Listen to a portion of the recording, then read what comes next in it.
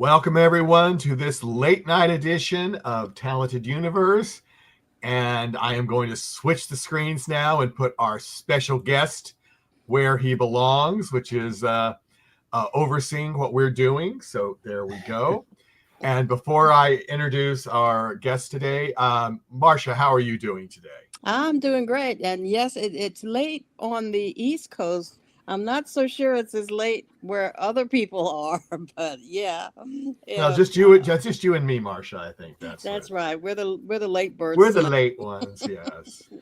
Liz, how are you? I was trying to make some Christmas reference that it didn't work. How are things going, Liz? Well, and following with your Christmas theme, you know I'm going cuckoo crazy for Christmas. I think I've watched 4 Christmas movies so far today. Instead Oh, of that's doing the it? work that I should, yeah, it was a slow day. I But guess, yeah. it's only 8 o'clock out here on the West Coast, so I have a You have a few more hours to get Yeah. one more, two more. Okay, well then you're doing okay then. But on that note, I would like to welcome our special guest, Logan Tomanek. How are you Hello. doing today? I'm doing well. How are you guys doing? Oh, we're doing great, and we are ready to roll. Amazing. Now, since I forgot to kind of ask this to our last guest, I'm going to ask it first so I get it out of the way. When you did your first vertical, how did you explain it to your friends, family that kind of gave you a blank look and didn't know what you were talking about? Oh man, Or do you still do that? I still kind of explain it poorly. I feel I kind of go about it as it's a soap opera for your phone is what I've narrowed it down to. Is that it's a soap opera for your phone and it's condensed and you can scroll and come back to it. And a lot of the time people are like, okay, sure. And then I'm like, have you ever seen those like movie type things? They're big, lots of cuts on like Instagram or TikTok, and they're like, yes. And I'm like, that's what it is. Yeah. That's what it is. And they're like, okay, I get it now. Yeah, well, and that's good. That's good. Now, before I'll steal one of the other people's questions before I go to them. But what was your first vertical that you did, and was it the first one released? I don't believe it was the first one released. The first vertical I did was called The Homeless Heiress. And I don't think it was released first. I think the first one that was released, I believe after Divorced, My Ex-Husband Begs to Remarry, which was the second one I did. That one was released before the other one. Yeah. So yeah, that happens a lot in verticals. We've noticed that. Some are faster than some are really fast. I still have one that's not released yet. It's somewhere in the editing room. So one day it'll come out. It'll pop out. It'll come out. Well, yeah. I am going to swing over to Liz right now and see what she has in store for you. Well, you did steal one of my questions, Michael, which was the homeless heiress. But going on that, you can go on it again. You know. No, I know I will. But let's revert back to the beginning with all of this. You were kind of a jock with a lot of other things, and later on, I actually have a question for you regarding golfing and who you think is probably the greatest of all time. But we will get into that later, so you can think on that. Yeah. But you getting into music and theater and acting and everything, you kind of did that through high school and then into college. But didn't your mother kind of help push you into this a little bit, as well as?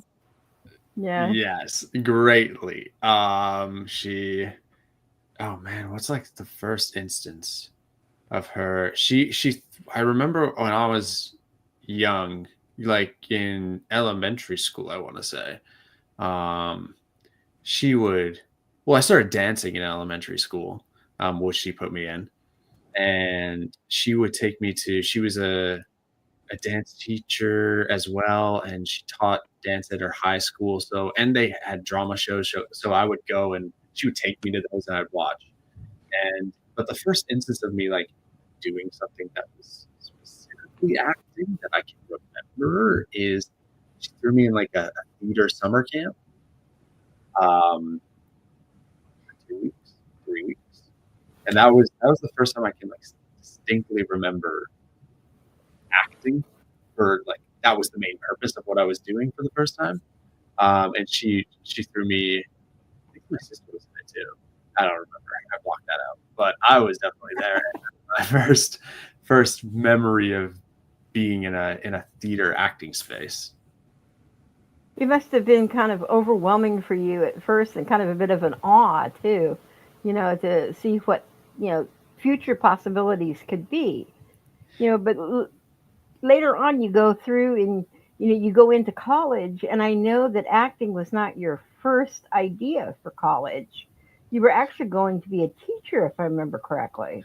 Yeah, I really wanted to What, be a phys yeah, ed what made teacher. that jump? Well, like you said, I did theater throughout all of high school, and musical theater throughout all of high school, and I was taking film classes as well for film acting when I was in high school, which is why I actually have a few friends out here from those classes. So we all kind of amalgamated to the west from Manitoba. But yeah, so I went to university to be a teacher, and I wanted to be a gym teacher, but my major was actually in theater and film, because I was a bad student and not good at sciences. So even though I wanted to be a gym teacher, I was just not good at that. So I took more theater and film classes, which I loved. I adored the professors I had, and I learned so much acting wise, and about myself as well. And so the jump from that wasn't too terribly distant into film acting and leaving university to pursue that. But I feel like in university, I definitely thought about that as a possibility more, as opposed to just teaching or trying to be a golfer. Okay. And I know a little bit as you progress through this, you actually started kind of teaching a lot of younger kids and stuff, a lot of acting principles and things. So teaching that and teaching them how we growing up have come to know film and acting and, your marks and certain things. What did you feel when you first got into your first vertical and everything was so close knit framed? It was filmed, vertically instead of horizontally. It had to have been a complete brain spin. I was confused. I genuinely, I walked on the set. I'm like, what are we doing here? What's going on? And at first I was really worried. I was worried, I guess, at how it would look, but I had an opportunity to go behind and look at the monitor and see, and the crew that I was working with was very professional. We were working with a lot of professional equipment, and I'd been on set previously to being on a vertical, and the atmosphere still felt like, once we were actually rolling in it, doing rehearsals and whatnot, it just felt normal. Mm-hmm. And then when I saw what it looked like on a monitor, even though it was this, it looked good, and I was like, okay, the nerves settled, the confusion kind of went away, and I was like, I get it, I get what this medium is, and I can vibe with it. Now you basically got into this medium about a year ago, didn't you? Yeah, it'll be a year. What's the date today? It'll be a year in like 2 weeks. I did my first. Wow. Vertical. And you've already pumped out, what is it, 12, 13 verticals in that amount of time? I think 12. Yeah, I think from about February to the beginning of August, end of July, I did 10. Wow. I was moving. I bet you were. Because I know a lot of them are filmed more in Vancouver, and you kind of are, in Winnipeg, where you're right there square in the middle, between Toronto and Vancouver. It's like, Mm-hmm. Which direction do I go? So it's like, okay, might as well go to the Hollywood North, which is kind of what Vancouver has been kind of classified as. So, yeah. That's why I live here now. Yeah, Yeah. I've spent more time in this province than anywhere else. It feels like this year. I Wow. think actually That's I've spent more time here. that's kind of amazing. Yeah. Marcia, I'm going to throw it to you for a little bit, but I have a lot more questions for Logan coming up. No kidding. Yes, Liz digs deep. Hi, So do you. Logan. Hi. Yeah. One of the first verticals that I watched of yours was Sleeping Beauty and Three Brothers, which um, which I understand now has been made in various attempts at different ways to tell the story. Yet we've had Kirby Elwood on the show, Oh, and amazing. it's playing a blind character had to be an interesting challenge for you. So how did you approach that, playing a blind character? Was this your first time playing a blind character? Yes. Mm-hmm. Yes. I feel like it doesn't come up a lot. So yeah, it's definitely when I was approached with the role and I read that, I was like, okay, um, this will be a challenge for sure. And obviously about halfway through the vertical, I get my sight back. Yes. Mm-hmm. So it becomes a bit more easier to navigate throughout sets and a bit more normal in that way. But the first half, yeah, I'm blind. So I have to act that way. And it's definitely different. I've mentioned before I watched a lot of Daredevil to kind of watch Charlie Cox just move in the space. And not in the parts where he's like fighting and whatnot, because obviously it's perceived as he's not blind. But when he's just like talking with characters, I just watched it. I was like, what does it look like? How does he move? How is he seeing, quote unquote? So I wanted to try to copy that and emulate it if I could. And I felt I did an all right job. Mm-hmm. When you're talking with someone, because you have two brothers that you interact with a lot, Mm-hmm. and did they help you at all in that part of your role as being blind and having to chat with your brothers and interact? Yes. Them and Kirby were all very helpful Mm-hmm. in the sense that like there was a lot of physical cues Yeah. for me. And I mean, obviously I had those thick glasses, but I was able to see everything also, which was very helpful. So Mm-hmm. if I needed to have a cue of someone walking away or coming into a room or doing something, I could technically still see them, which was nice in case someone forgot to do something or it was really subtle and I was like, oh, I need to act now. But yeah, Noah and Fraser and Kirby were all great at just like little taps here and there, just getting me involved. In watching that film, at first, the end happens, the happy ending happens very quickly at the end. So at first I thought, are they going to leave us here and then do a sequel? From what I'm aware of, I haven't heard anything. But I heard, yes, there was a lot of that mindset when it finished of like, what's happening now? What's going on? Where are we going with this? And I was like, I'm just as curious as you are. Yeah. I think that it could hinge on fan response and, of course, money, but it turned out to be a sweet story. And since there were younger versions of all of you also in the film, did you interact with your younger version of yourself as well? Offset? A couple times. It was very quick. They were all so lovely to work with. They're super professional. And at times I was catching myself. I'm like, I gotta be like them. But there wasn't a ton of interaction because they would come in and they would do their block, and in that block we would try to get it done quick. And then as soon as they were done, they were basically out of there. So not really hanging around too much. And if they were ever hanging around, we were most likely getting those scenes out. But on occasion we would, chat with them, and they were great kids. They worked really hard, and they were wonderful to work with and super professional. So they were great. Yeah.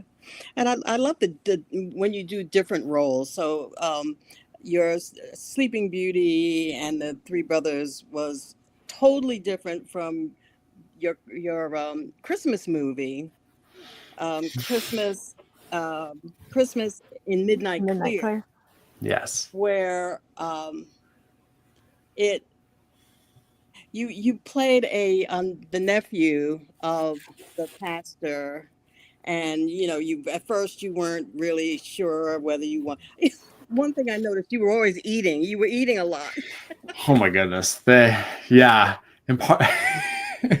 first day I would guess like half a box of Fruit Loops. Like it was first thing I did, and I had a scene, the first scene I did, and I had some tricky lines, and I was fumbling a little bit, and during that scene I just had to keep eating Fruit Loops, and so I eat a lot of Fruit Loops, and the next scene they're like, "Okay, we're gonna have you eating again," and I'm like, "Perfect, sounds good. What am I eating?" Mad at that. No, and I'm like, "Anything different?" And they're like, "No, just more Fruit Loops." So add more Fruit Loops, kept on eating. Yeah, no complaints, none at all. Now, did you like Fruit Loops before? Oh yeah. So when I saw them, I'm like, this is a great day. And then well, of course, at the end, eventually you kind of accept your role as possibly working in the family business. Yeah, it's kind of that moment at the end where he sees like the town coming together and the power of community, and he's like, this could, I could get with this. One thing is about Christmas movies like that, the lighting of the tree and that whole, does that feel emotional for you on a personal level when in scenes like that as well, or is it strictly? I get hit with nostalgia, I think, whenever I see just a tree being lit up, because in my house we always had a real tree, and we would always spend a weekend sometime decorating the tree. We had everybody in our family had like sectioned ornaments for like that were ours. So we would put them on, we'd wrap the lights. I'd help my mom put like garland up, and then you turn it on, they all light up at once. And you're just like, yeah, it's Christmas time now. Like that's what it is. It's just Christmas. No matter, it could be December 1st. It's Christmas. For the next 25 days, it's Christmas. So seeing that, I was like, even though it was the middle of August and 25 degrees outside, I was like, yeah, you know what? I think it's Christmas time. You were feeling the Christmas spirit. I was feeling the joy. Yeah. It was. When you were growing up, did you have a couple of your favorite Christmas ornaments that you like to put on the tree? I did. I had this. What were some cool ones? I had this one. It's one of the. I was a big fan of the Wiggles when I was a kid. The Wiggles. I had this Wiggles ornament. Yeah. But one year our tree like fell in the middle of the night, and I can't remember his name, but the purple Wiggle got decapitated. And so we had to hot glue gun his head back on, but he's fine now. And that was the only casualty amongst my ornaments that I had, but we brought him back. Okay. Michael, did you want to take it? Yeah, we'll go to Liz back again. Okay. I know she's got a whole bunch of fun stuff. Oh, I do, but Marcia swiped my Christmas stuff. Let me ask another question. She did mine too then. Yeah. Um, Everybody knows on here that I'm a huge, huge Christmas fanatic. No joke. On October Hmm. 28th, I start watching, and I have 4 DVRs of 1,000 hours apiece, and all of them are jam packed every year, constantly with them. And most of the stuff is older, but a lot of the stuff is each new thing that comes out. And I have to say, I have seen Christmas at Midnight, Claire, 7 times so far. Sorry to say. And your character, Tommy, is exactly like my nephew. Will not stop eating. Every time I turned around, I'm seeing you shoveling that food. I'm like, oh my God, that's my nephew. No difference. You nailed that part. Oh, But well, thank you. I'm glad. I'm glad that he's relatable. yeah, he is very relatable. But, kind of on a different note, you've done some modeling as well, between your acting and everything else. Do you think that there's a natural bridge between acting to modeling? I mean, when you're a model, you're kind of out there being your own leading, character, your own superstar. So you think that kind of helps you? Oh yeah. Oh yeah. When you're especially runway, I find, and you get that moment and it's just you and all the lights are on you. I oh man, I love the attention. You kidding me? Whole room full of people just watching you in that moment, and you're posing and you're strutting your stuff and you're looking good. You're just like, yeah, it's all about me right now. And Oh I yeah, think I think that's just like, and playing with the crowd, it's just so easy to slip into as from doing acting, because it's just playing. And I find especially theater really helped that, because I'm just like, it's my moment. All right, everybody's yeah, watching me. So yeah, I exactly. think I think that bridge is really easy to get. Um, a couple of things. I have heard here and there that not only are you a huge sci-fi fan, but other things, you happen to be a fan of an author and a series that I'm also a fan of. And I'm Oh, wondering if you would ever consider, with Pierce Brown's Red Rising, if you would ever consider playing certain roles. I'm thinking you would be great for Savro. I think you'd be awesome with that. uh, And I've heard rumors that's they are making it into a series. I've heard this trickling down for a while now. I've heard that as well, and I have been formulating an email to Pierce in my notes app, um, about how I want to message him and say, please give me a chance. Oh, you Um, should. You've got this but credit behind you now, so yeah. that's thank you so much. That's so kind. Severo is a howler I would want to play for sure. If I had blonde hair, I'd want to play Cassius really badly too. But that's no, you don't see it. No, not But just. I can't visualize that, but yeah. Severo, I So could get behind. That guy's crazy, and I would just love. I'd love to play him. He's so layered. yeah, and there's so much that you Yeah. could do with him as well. You just said it. He's layered. There's so much, different things that you could do with him and the character.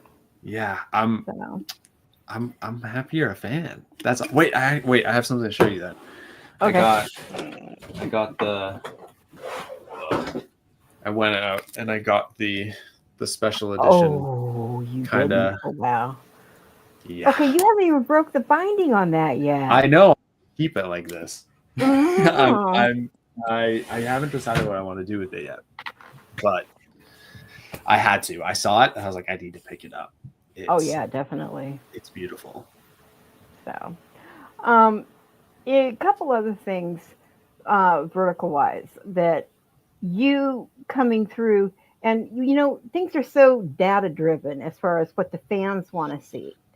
Um, and hopefully it will open up greater. But what would you like to see, coming forward? I know a lot of people say that they want to do more comedy driven things, but I personally not only would like to see comedy, but I would also like to see a lot of more action based things or superhero based things, kind of like, I don't know, a James Bond or a certain superhero type show. What do you think you would like to see? I would love to see a mix of both of those. I think it could be a great resource for comedy. I think the way it's set up is just really easy to do comedy. You can hit those little, like every episode, you could hit beat, this beat, Oh this yeah. beat, this beat, and then next episode, this beat, this beat, this beat. And it's just, you get your own little bits within every single episode. And I feel like it would be really easy to carry in to the next thing. And then with action, yeah, actually, I've thought about it a lot because I've also started writing an action vertical script, and throughout thinking about it, it's tough because of the frame. I feel you just don't get that wider scope that you would get. So upon like writing one, I find it really tricky to get everything into the frame, like physically just fit it in. But I would love to see both of those. I think they could work really well. I think with this is more and more of it progresses, there's the possibility to get more and more different shots and different things, you know, as each thing is more experimented on and expanded. So I don't see where that wouldn't be a possibility in the future. And I do know that several people that I have talked to in the past are working on things like comedy and you know, different comedy strips and things like that. So one thing I'm very curious about, and I do ask this to some guests, and some guests I don't. With the way, like I was saying, that it's data driven, there is so much right now in the system that seems to be a lot of violence and different things, and some kind of degrading to the couple in general, whether it's male, female, or whatever. And I tend to call those red flag roles. Would you turn down a red flag role, you know, if you thought it was a little bit overly extreme, or would you still accept it? And if you turned it down, do you think that would hamper or hinder anything with your career moving forward, that people aren't going to look at you because he's not going to do that? I would definitely turn those rules down. I have turned those rules down. I've been approached and I've politely declined. It's not for me, and it's not the type of story I want to tell. And I don't think that is a hindrance on anything. I don't think it should be. I'm all for stepping out of your comfort zone to try a role, but if it's just going to bring you discomfort the entire time, then I think it's totally okay to decline, and pass it off, or leave the opportunity open to someone else who is more comfortable stepping into that role and will portray it in a more comfortable way than you would. So I hope it doesn't leave a dampering on anything for anybody who turns down a role that they're uncomfortable with. But yeah, I think it's okay to. Okay. I know of other actors in the past that have turned down roles that they personally have not felt comfortable with, whether it's having an intimate relationship with someone who is not their spouse, or just certain scenes of violence that they weren't comfortable with. And it has dampened their career early on, and it's taken them a long time to, you know, recruit that, you know, momentum going forward. And I was just wondering if, you know, what your thoughts were on that. So I'm glad to hear that you would, no matter what the consequences. Yeah. I'm open for anything. But like truly, I will audition for anything, any type of. I just find it as a challenge for myself. But if it goes against, if I think the message it's putting out is not going to, it's going to do more hurt than good, then I'll definitely think about my decision on it more, on whether to take it or not. Okay. You had mentioned that you were kind of trying to start writing a script for verticals. Do you see yourself working more behind the camera, you know, and getting involved in the production and the directing and all of that, or just still doing more in front of the camera work? I I see myself more in front of the camera long term. That's what I'd like to do. I just like performing, but I am certainly interested in directing and writing. Um, it's something that's crossed my mind a lot and something I work on when I can. Um, so if the opportunity presented itself, or I gave myself an opportunity in that way, I would do it to the best of my ability and go for it. And I think I would really enjoy it. But in terms of acting, I think acting's the main Acting's thing. your main deal. Yeah. Okay. Marcia, I'm going to throw it to you, but I will Okay. want it back for some questions. Instagram is an interesting world for me. I don't really go to Instagram a whole lot, yet I'm finding that you can discover things about people through what they choose to put up and on Instagram. So one of the things I saw was a beautiful picture of I believe you were in it because everybody's back was to the camera, but it looked like you were viewing the Northern Lights. Hmm. It, Mm-hmm. was that what was happening, and what was that experience like? Because I've never seen them. Oh my goodness. You have to. It was that was just one of that was one of the most memorable and special experiences I've had in my life so far. I was on the set of a movie called Dark Harvest, which is a horror film that we filmed in Winnipeg back in 2021. Oh my goodness, it's been a lot, 4 years. We filmed it again. Holy, but yeah, it was Thanksgiving. It was Canadian Thanksgiving, and there were a lot of American actors on the set, and one of them invited us all to come have a dinner together, kind of as like a Thanksgiving dinner. So we all went. We all had Thanksgiving together as a cast, which was amazing. We just chatted and ate food and shared life, and it was a great time. And then someone had mentioned that the Northern Lights are out, so we were like, well, like, let's go check that. Like, let's see if we can find them. A lot of us hadn't seen them ever.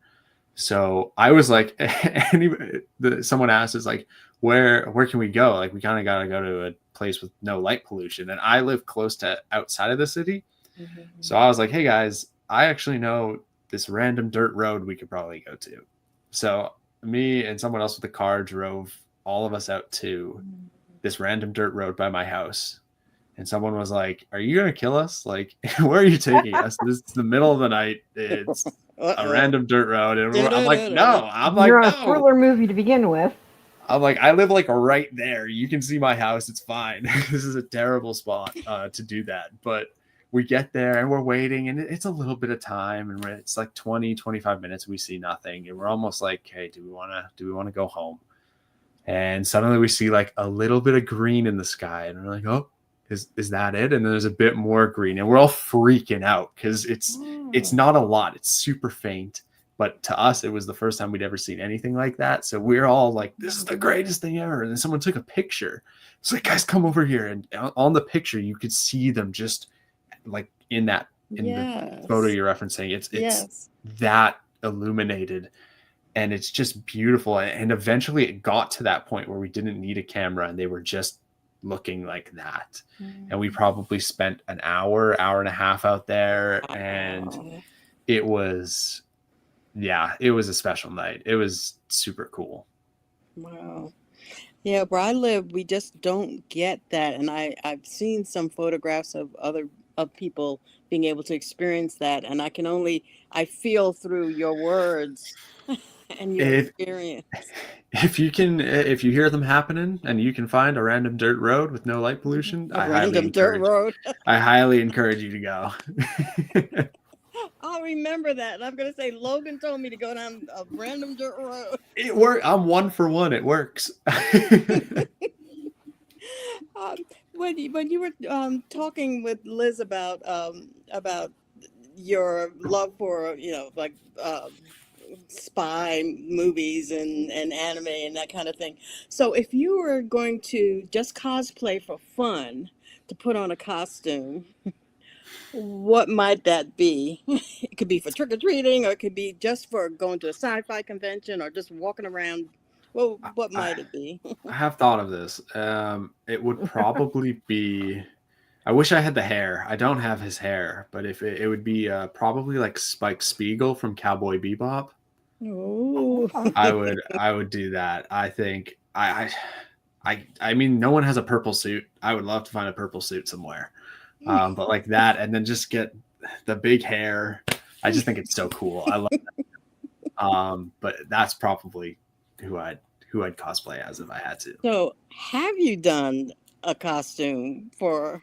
Have you just Halloween, or have you ever? The close the closest thing I've ever done to going, well, okay, twice. I tend to dress up for Halloween. I love it. It's fun. Okay. I like going all out. This year I was Dr. Doofenshmirtz from Phineas and Ferb. Oh, wow. I had his little balloon friend. It was crazy. But one year I went to Sonic the Hedgehog and I like Oh, that's cute. taped my shoes up to look like his, and I spray painted my hair. I was also like 15 at the time, and I went trick-or-treating with my friend, and I had no shame. I was having a blast. And then another time I went as like a really homemade, decked out like Doctor Strange costume, which is probably Nice. the most detailed costume I've ever had. Nice. Yeah. So have you ever been to a sci-fi convention or anything like that? Or Yeah. I've been to Comic-Con a couple times. which Comic-Con in San Diego? No, in Winnipeg. Oh, We've Winnipeg, had okay. Comic-Con a couple times, and I've gone twice. Yeah. I love it. I think it's super cool.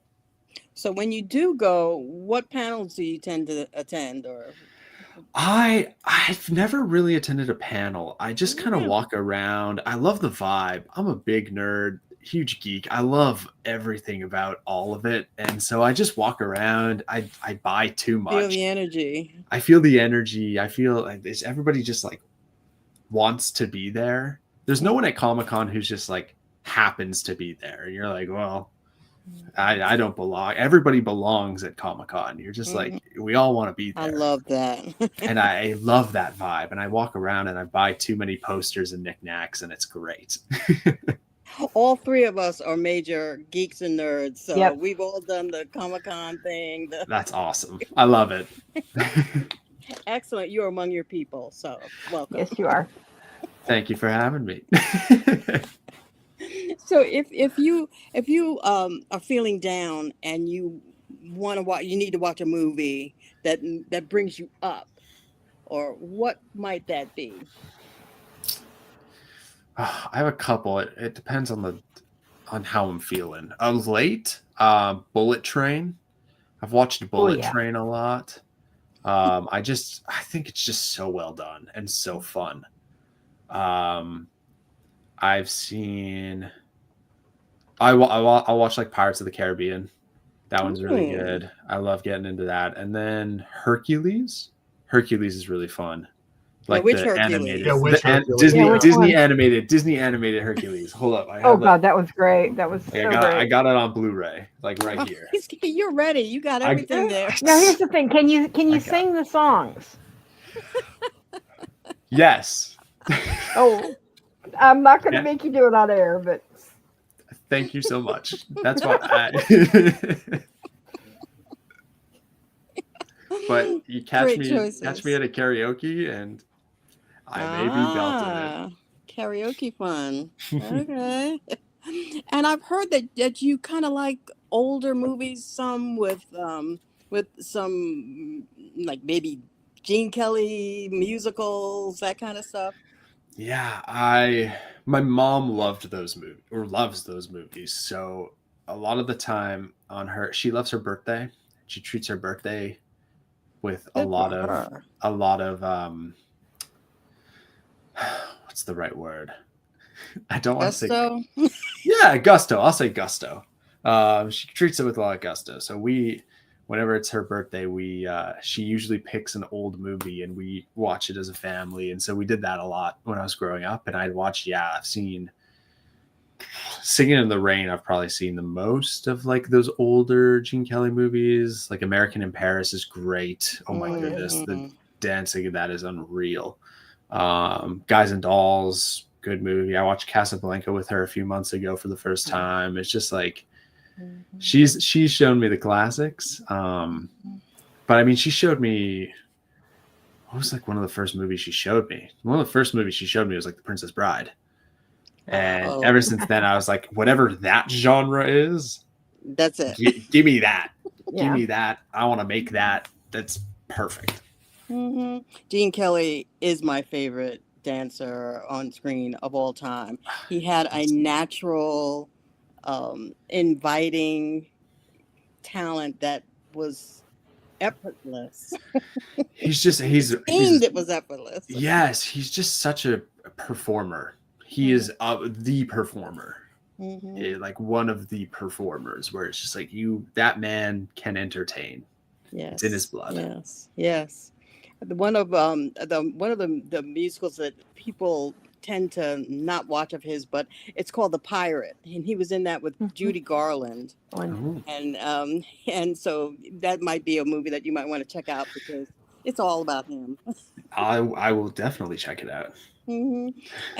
And one more question. Nowadays, like say 5 years ago, auditions were done mostly in person. You went in, you got your size, you went to a place and did a thing. Have you ever done that for a feature or a vertical, or is that all gone now? Never for a vertical. Verticals have all been self-tapes. But in Winnipeg, from what I'm aware and have been told, they are currently the only in-person auditioning place that is in Canada that regularly still auditions in person. Really? Yeah. Good casting director Carmen Kotek still regularly auditions in person. So I grew up auditioning for her just in the room constantly. And there's things I love about performing in the room, and there's things I love about performing at home. At home, I can watch it over. I can do it 4 or 5 times. But that pressure's gone.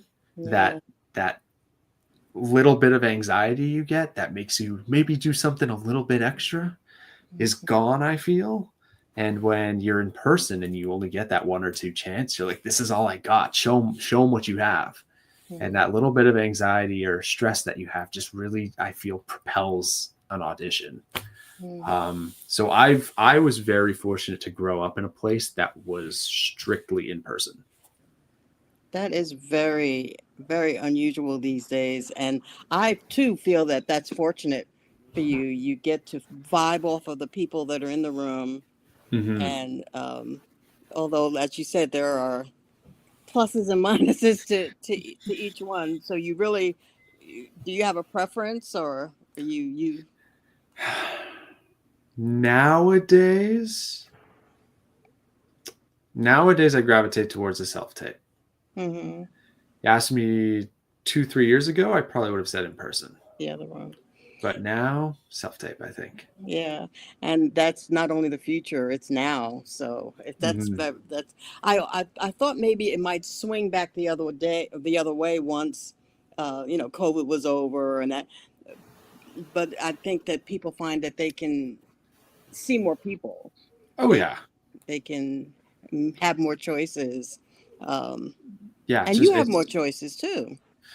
Exactly. Yeah, it's just easier for everybody. And there's not that I've talked about it with a few people. It's just like it's really nice when you have it in person. You go in and you greet them and you kind of get to show off your personality a little bit. And there's that time taken, and it's you, instead of doing a self-tape for half an hour or however long you spend on it, you have that 5 minutes of interaction with the casting director, the director, the readers, whoever's there. But as a director watching self-tapes is just so quick. It's just like, boom, you don't have that interaction. You watch the scene, you watch the slate, you go to the next. You watch the scene, watch the slate, go to the next. So that little interaction of saying hi just doesn't exist, and it just saves a ton of time, I've heard.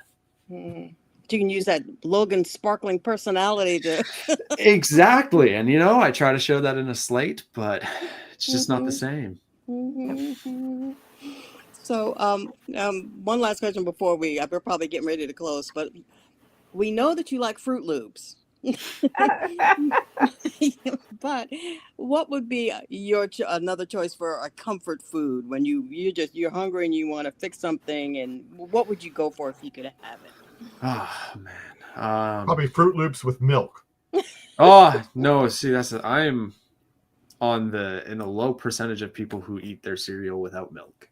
Oh, okay. It's great I snack eat food. it all without milk. So there is a scene in Christmas in Midnight Clear where I'm drinking it with milk, and that was, I said I do everything, I do anything. So that was me. But it wasn't fun. It wasn't bad. It was made in a way that I enjoyed it for the time that I had it. But my comfort food, what's your comfort food right now? I would probably say like steamed pork buns. Ooh, yes. If I could get some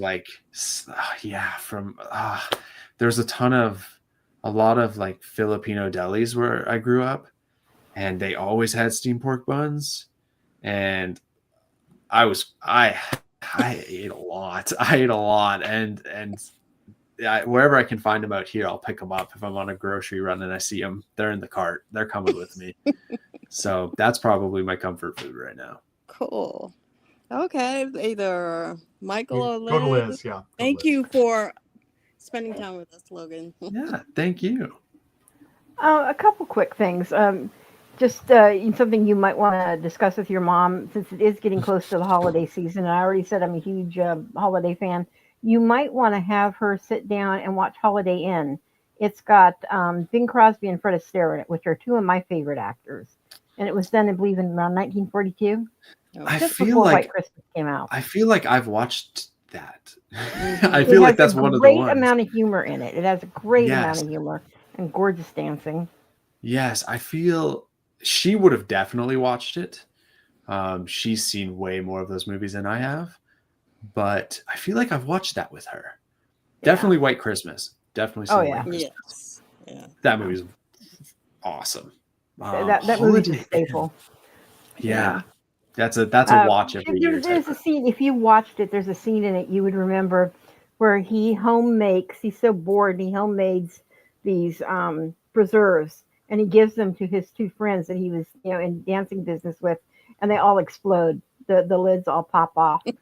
And that's one of the funniest scenes in the whole thing. Maybe I haven't watched it then, because I don't remember that. I'll give it a watch this Christmas. Holiday Inn. You should, yeah.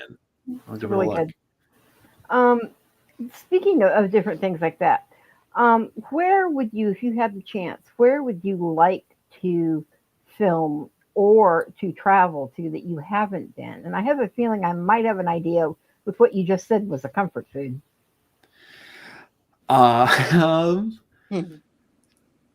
To film, I would love to film anything really in Europe. Central Europe. I would love to get anywhere in Central Europe and film around that type of architecture, or a place like the UK, the United Kingdom, Ireland, Scotland. I would love to film there. Just the landscape is beautiful. The architecture is beautiful. And I love that vibe. It has a very fantasy Celtic vibe, and I love it. And I feel like any work I did there would just be unbelievably grounded. And I would love it a lot. So kind of almost between a fantasy and a period piece type thing. Yeah. That would be kind of cool. Yeah. I would love it. And this is the question that I asked you earlier, and I had you think of, who do you think is the ultimate GOAT in golfing? I think it's Jack Nicklaus. Thank I you. do. Thank you. Thank I you. do. Tiger is phenomenal. He changed the game. Yes, yes. He changed the game, but so did Jack. So A did the lot. Golden Bear. Yeah, a lot of people had that, before Tiger came on the scene, a lot of people were having the debate between him and Palmer. And I'm like, no, I mean, Jack wound up, what is it, 73 in the top 10, for the majors. And Palmer only came in, what was it, 30 something, if I remember correctly? Yeah. So yeah. And here He comes Tiger, and he's getting up there, but Tiger's only got 15 major wins that I know of here lately, and Jack still, pulled in 18. So Yeah, and I'm very proud of that's you to never say going to be Jack. beaten. Yeah. That's never going to be beaten. And No, it's it's not. just, if you want to look at it, you look there. It's Yeah. he's clutch and he's unbeatable. And look at who he played against. You got to look at who he played against also. He was playing Oh yeah. against all the greats that we talk about. Mm-hmm. And Tiger had some years there, not to take anything away from Tiger Woods. He is, Oh yeah. in my opinion, the second best golfer of all time. But he had some years there where he was playing against Phil Mickelson. Yeah. And Phil Mickelson. And that's what it felt like. But yeah, that's just my take. That's my take. I think Jack Nicklaus is the best of all time. I'm lucky in one aspect. I have the age to have actually watched them play, when they were playing. Unfortunately, you're a little bit younger, so you just get to see like the film reels and things. But, Yeah. it is so cool that you have geared into that respect for it. You have watched Tiger come up and everything. And I have seen Tiger's son start golfing in it. And he has a lot of his father's, same drive and different things. I would not be surprised if we don't see him coming up here really shortly making his own name. Yeah, Charlie is a mirror for sure of his dad. Yeah. So, and speaking of golf, you had mentioned on something that I heard that there's a chance that you might think about getting back into it. That's always a thought for me. I love it. I practice it constantly. This was the least amount of golf I've ever played in a year was this year. And it was just because I was so busy traveling for verticals, which I'm not upset about in the slightest. Wouldn't trade it for the world, but it is I think I played 4 or 5 rounds only this year. And I'm used to playing about 35 plus rounds a year and putting a lot of hours into my summer playing golf. So I would love to compete in like local tournaments out here and go try it again and see what I could do. Cause I have gotten even better from when I was practicing a lot. So I would love to put my foot back in it. It'd be kind of cool. And also, at least here we have in California, we have celebrity sports, tournaments, especially in Lake Tahoe. I have a lot of friends that actually come up and golf for the celebrity golf tournaments with a lot of different actors and people that actually are coming in from the golfing world as well. And it would be kind of cool to hopefully see one day you maybe, step your foot into something like a celebrity golf tournament, moving forward. Yeah. If that day ever comes, it's an immediate yes for me. And that's a dream come true. Yeah, I would love to do that. That'd be so fun. So, anyways, I did want to say again, thank you so much, for taking time with us and talking with us. And, I hope to see more of you. I know right now a lot of things are kind of on hold because of certain things that are going on within your contracts and different things regarding the Christmas movie and what Canada does allow and does not allow for verticals right now with that. So hopefully all that'll get straightened out really shortly, and we'll see a lot more verticals and a lot more work in general coming from you. So. I hope so as well. And yeah, thank you guys for the time. I really appreciate you having me on. Oh, it's been a pleasure. There's one thing I've been thinking about lately as far as roles, and I don't know whether you watched Attack on Titan at all. You would really be good as one of them, and I don't know how they would make it with all the Titans and whatnot, but I would like to see you in something like that. I feel like they tried. I feel like there is a live action Attack on Titan that was made in like 2013, Really? and it was Not good. Might be right. not talked about. I won't comment on how good it is, but it's not. But It's not now popular. they could do it a lot better, I I think so. think. Yeah. And there's so many lively characters in there to play, and Yeah. because they've done Last Airbender, and you'd be good in that too. Oh yeah. But that I could see you. Yeah, I would love to do that. I love that series. So if there's any adaptations for any of that, I would want to be a part of it 100% in any capacity. Yeah. Well, Oh. thank you again. Yeah, one quick thing I've got to ask you, and this was burning in the back of my mind for a while, is you say you're a superhero fan, DC or Marvel? I knew that question was going to come up. Yeah, I did. Yeah. Marvel. Marvel. Marvel. I'm named after Wolverine. I kind of have to say Marvel. So it's inherent, but I do love that universe so much, and it's. I grew up on it. I grew up on the Infinity Saga of those movies coming out. I watched The Winter Soldier 4 times a year. Like it's Same here. It is probably one of the best movies done. Oh yeah, best superhero movie. One of the best superhero movies ever. Yeah. Marvel's just part of my life, so I'll have to say Marvel. Good boy. All right, well, Michael. Yeah. Okay. Kind of an offshoot of I think what Liz asked you, but where have you traveled to film either verticals or horizontals or commercials?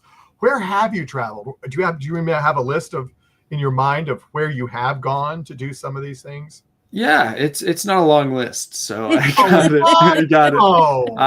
Unfortunately, I hope the list is so long one day that I have trouble remembering. But I've traveled to Toronto to film. I've traveled to Vancouver to film, and then I have filmed in Winnipeg, where I grew up.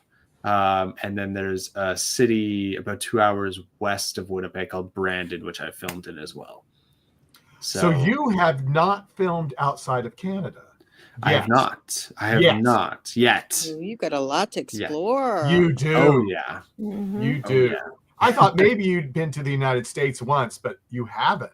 Not for film. I've been many a times out just on holiday, but no, never to film. But never to film yet. Never to film. Hope maybe people are listening. Yeah. Hey, I'd love to. I'd love to. And I was going to say, because I said the next one that some of the vertical people get to go to is China. Yes. Would you like to go to China? Oh, yes. Oh, it's a beautiful country. I would. And there's so much culture there. I don't know how much time I'd get to explore. From what I hear, it's a very busy time. Yes. That's what we've heard too. So I probably wouldn't get much time to explore the city, but to film in it and be a part of that culture for a little bit would be so exciting. I would 100% go. I've heard of people going to Turkey as well to film something. Yes. I would go to Turkey. I would go anywhere. I'm young. I'll travel. Oh, there you go. Well, that's good. Open to whatever. Well, is there anything that you wanted to say? Any projects or release that that you're coming out that you wanted to say before we sign off, or have we covered pretty much all the craziness? You've covered pretty much all the craziness. I guess check out Christmas and Midnight Clear for a little holiday movie. It's a joyous, fun time, and it'll get you in the spirit. It'll get you in the spirit for sure, and it'll make you want to eat Fruit Loops, right? Yes, it will. Yes. This is not a Fruit Loop plug, but it will make you want to eat Fruit Loops because I eat a lot of them. Yes, you do. I didn't realize that until Marcia brought that up, and I go, "Wait a minute, he really did eat a lot of Fruit Loops." I was a hungry guy. We were trying to make it a running bit and just have me do it throughout the entire film, but there's a lot of outside shots that I'm in, and that would be kind of odd, just me with a bowl. I guess I could have had it in like a baggie, but the moments were sentimental. It may have ruined it with the crunching. Well, it might have. It might have. Well, we did have one like on Facebook, Roger Noriega. Thank you, Roger, for giving us a like. We appreciate that. Thank you. We're gonna go ahead and sign off right now, but Logan, so happy you came. Yes. So happy you came. We'd love to have you back again. If you just want to talk Marvel or anything else, anything else with us, we're game. But our audience out there didn't have many people. They're watching, but they weren't saying anything. But hope you enjoyed our podcast. People that are watching it after we're live, thank you. Give us a like, subscribe, like, and follow us, and so you won't miss any of our guests that we have on the network. So everyone, take care. We'll talk to you later. Bye bye. Thank you for having me, guys. Thank Take you, care. Logan.